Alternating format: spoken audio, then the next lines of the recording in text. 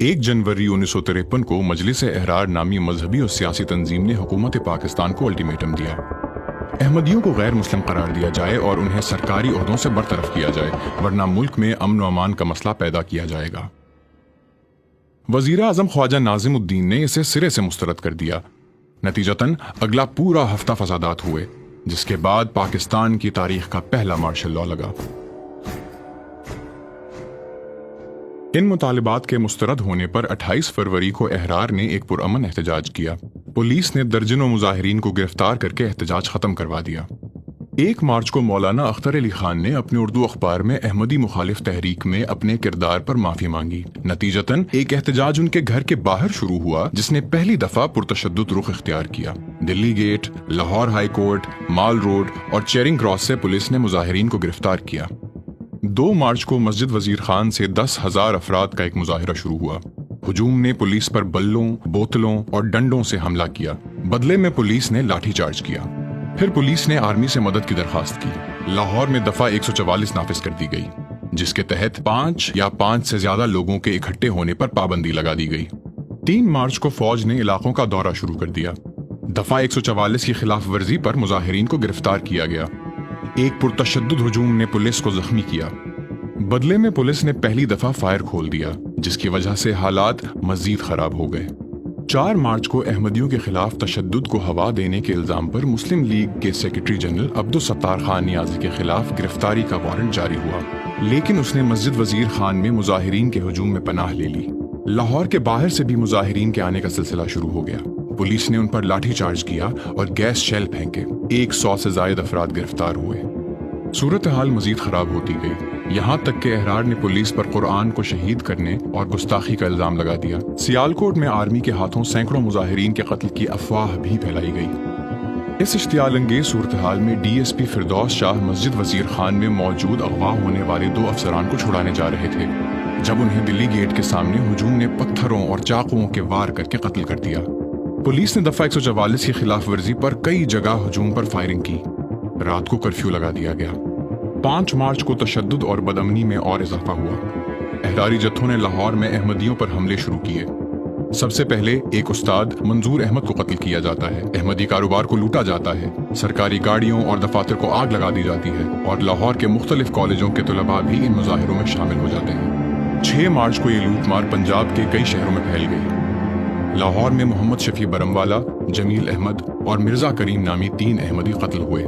दर्जनों अहमदी घर और दुकानें जला दी गईं। तमाम सरकारी दफातर बंद कर दिए गए। वर्कर्स ने लाहौर से मुगलपुरा तक रेलवे लाइन बंद कर दी। रावलपिंडी में अहमदियों की एक इबादतगाह और प्रेस ऑफिस जला दिया गया। 6 मार्च को 1 बजे पाकिस्तान की तारीख का पहला मार्शल लॉ नाफिज कर दिया गया।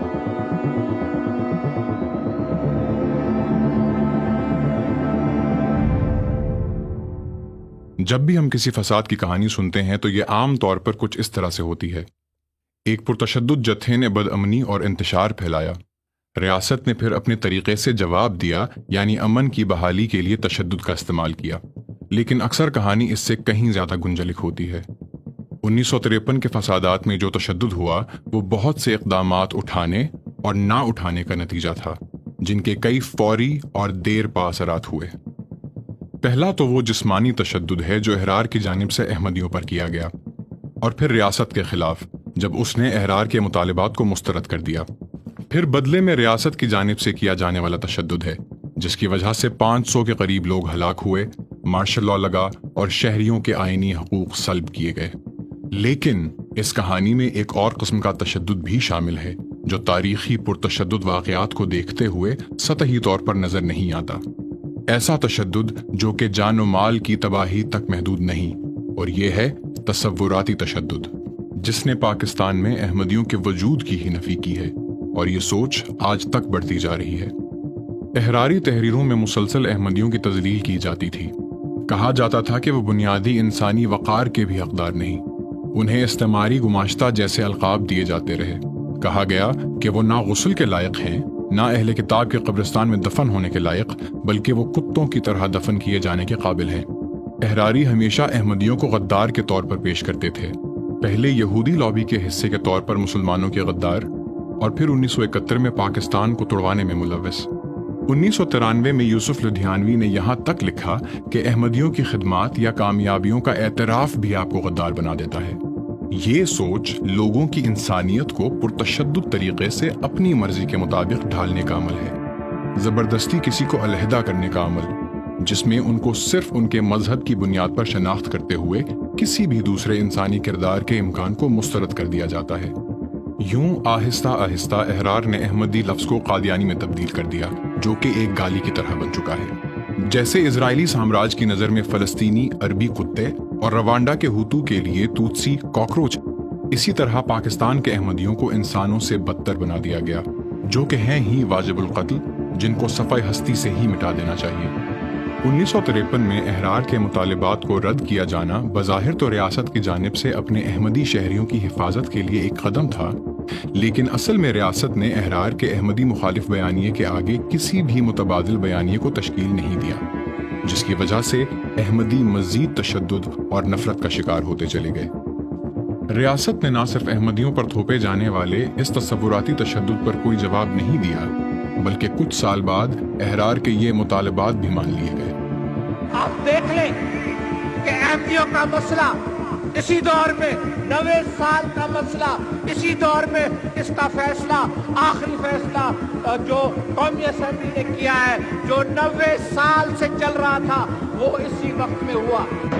اگرچہ قادیانی اور احمدیوں کو موجودہ حکومت کے برسر اقتدار آنے سے پہلے ہی غیر مسلم اقلیت قرار دیا جا چکا تھا، لیکن اس فیصلے کو عملی شکل دینے کے لیے کوئی قانون نہیں بنایا گیا۔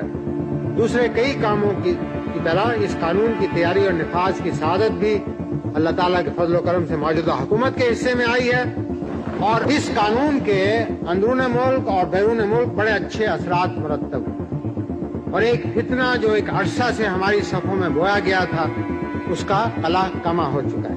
جب ریاست نے احرار کے خلاف اپنی طاقت استعمال کی، اس کی وجہ صرف یہ بتانا تھا کہ تشدد پر صرف ریاست کا حق ہے۔